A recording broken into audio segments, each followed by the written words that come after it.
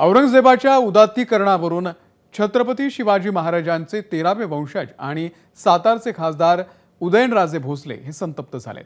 देश लुटायला आलेल्या औरंगजेबाची कबरच उखडून टाका अशी संतप्त प्रतिक्रिया त्यांनी दिली।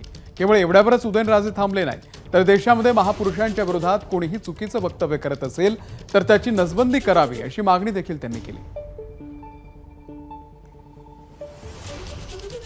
तुम्ही जर शिवाजी महाराजांचं संपूर्ण जर बघितलं, आरमारातले चीफ हे ते वेगवेगळ्या ह्याच्यातले होते ना, मुस्लिम समाजातले होते। भेदभाव कधी केलं नाही। तरी बाणगुळ यांना काय खोदून टाकाय नसतं, काय किती लागतं। एक एसटीपी मारला खापकीने गेलं की गेलं। निघाला होतं नसबंदीचं काय तांबी बिंबी असं काय त्या अशा लोकांची जमातीने विकृत लोकांची आहे ना, त्या लोकांची नसबंदी केली पाहिजे।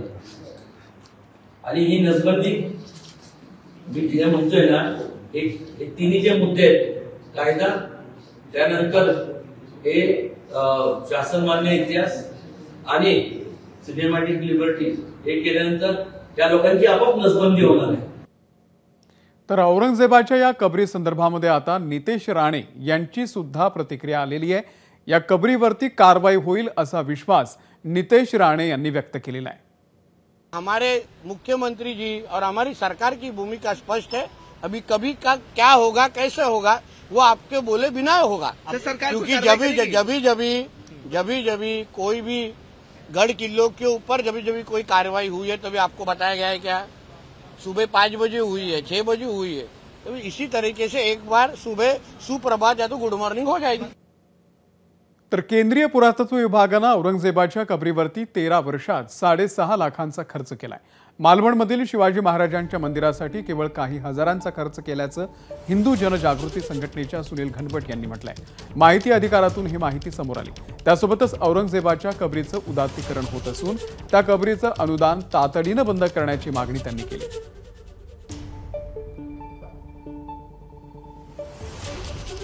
2010-11 पासून या औरंगजेबाच्या कबरीसाठी 6.5 लाख रुपये खर्च करण्यात आले। एका वर्षी 47,000 आहेत, नंतर 80,000 आहेत, 2,55,000 आहेत, 2 लाख आहेत।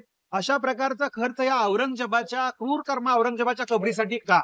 केंद्र शासनाच्या केंद्रीय पुरातत्व विभागाने हे अनुदान तत्काळ रहित केलं पाहिजे, ही आमची मागणी या ठिकाणी आहे। आणि याचबरोबर छत्रपती शिवाजी महाराजांचं जे मंदिर आहे राजराजेश्वरचं सिंधुदुर्ग किल्ल्यावरती, याला केवळ वार्षिक 6,000 रुपये अनुदान, म्हणजे महिन्याला 400 किंवा 600 रुपये अनुदान, या ठिकाणी सुद्धा हे अनुदान मोठ्या प्रमाणावर सुरू केलं पाहिजे।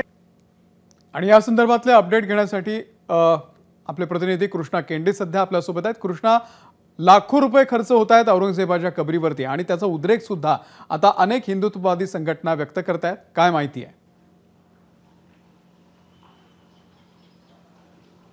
नाही, काल जेव्हापासून हा उद्रेक या ठिकाणी व्हायला लागला, आता मी तिथे आहे जिथे औरंगजेबाची कबर आहे।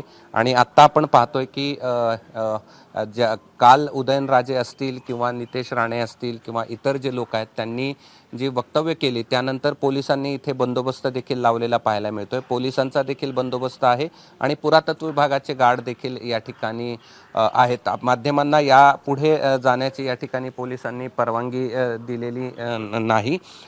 मात्र आता आपण पाहिलं तर या सगळ्या संदर्भात जो खर्च केला जातोय त्यात इथले जे देखभाल करणारे व्यक्ती आहेत ते देखील त्यांच्याकडनं देखील आपण जाणून घेऊया की कोण या ठिकाणी हा खर्च करतो किंवा अनुदान नेमकं कुठून या ठिकाणी आपल्याला मिळतं, तर हे देखील आपण त्यांना विचारणार आहोत। आणि इथे पूर्णपणे सुरक्षा देखील तैनात करण्यात आली। आप मुझे ये बताइए कि यहाँ देखभाल कौन करता है और पैसे कौन देता है? यहाँ का देखभाल तो हमारी जो है तो नस्लों से चलते आ रहा। जी हमारे दादा परदादा 300-350 साल से हम लोग ही हैं यहाँ पे। खोल बंद, साफ सफाई, देखभाल वगैरह हम ही करते थे। नहीं, लेकिन केंद्र की ओर से या पुरातत्व विभाग की ओर से कोई आपको पैसे मिलते हैं? उसका तो पता नहीं सर, वो सब भाई लोग को पता है। जी, उसके बारे में पूछना। आप कितने सालों से देखभाल करते हैं? मेरा पर्सनल मैं तो अभी समझो एक 7-8 साल से 7-8 साल। और कितनी पीढ़ियाँ है आपकी यहाँ पर? हमारी 6ठी पीढ़ी है, 6th जनरेशन। 6 पिढ्यापासून यांचं कुटुंब या कबरीची देखभाल करतं आणि आता या ठिकाणी पोलिसांचा बंदोबस्त देखील लावण्यात आलेला आहे आणि कुठलाही अनुचित प्रकार घडू नये यासाठी पोलिसांनी दक्षता घेतलेली आपल्याला पाहायला मिळते आहे. अमोल. कृष्ण, धन्यवाद दिलेल्या या संपूर्ण माहितीबद्दल. एबीपी माझा, उघडा डोळे बघा नीट.